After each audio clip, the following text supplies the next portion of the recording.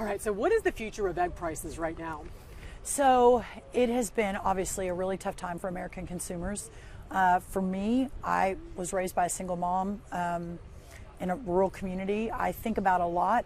You know, I can go spend $8 on a dozen eggs right now and not be economically hurt. But I think about the single mom in Detroit or in San Antonio or wherever it may be. These are real numbers, and so what can we do now to make sure we solve that? The egg prices didn't just happen last week or the week before. Under Joe Biden, they increased 237%. Part of that is definitely the avian flu, but it's also over-regulation. It's also the high cost of input. It's also when your energy is going up. I mean, all of that has a tremendous impact on our ag commodities and our farmers, and specifically on eggs. This morning we rolled out a plan with some short-term fixes like importing eggs, repopulating more quickly the cold populations that have been, especially in Iowa and Ohio, getting those chickens back in, new chickens in to start laying. But the long term, we've got to invest and figure out how to manage this. A lot of people think vaccines are the answer, and we certainly took a really good look at that. That will be part of the sort of the investment. Will those work? But at the end of the day, the countries that use vaccines, they don't really see that much avian flu coming down. It's kind of like the flu vaccine. Yeah. It works about 1 of every 3 times.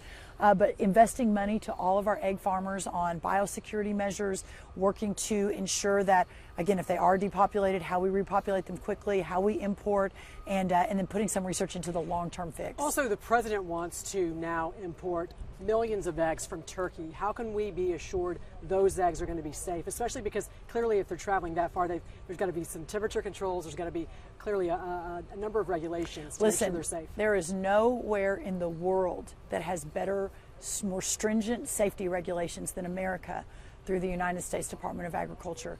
As we are looking to import these eggs, whether it's Turkey or anywhere else, they will have to pass an extremely stringent test. And the eggs do get imported, but there is no doubt in my mind that if they come into our country, they will be 100% safe. And very quickly, this is the last question. What's your message to America's farmers right now who are struggling? There is no doubt that in 100 years, there may not have been a more difficult time for our farmers and ranchers than right now. And I know there are a lot of uncertainties, especially with this president in what are the tariffs going to look like? What does mass deportation look like? What do all these things look like? But here's what I do know. This president has such a heart for rural America, for farmers and ranchers. These are the people that have been with him. We are the people that have been with him from almost the very beginning, if not the very beginning.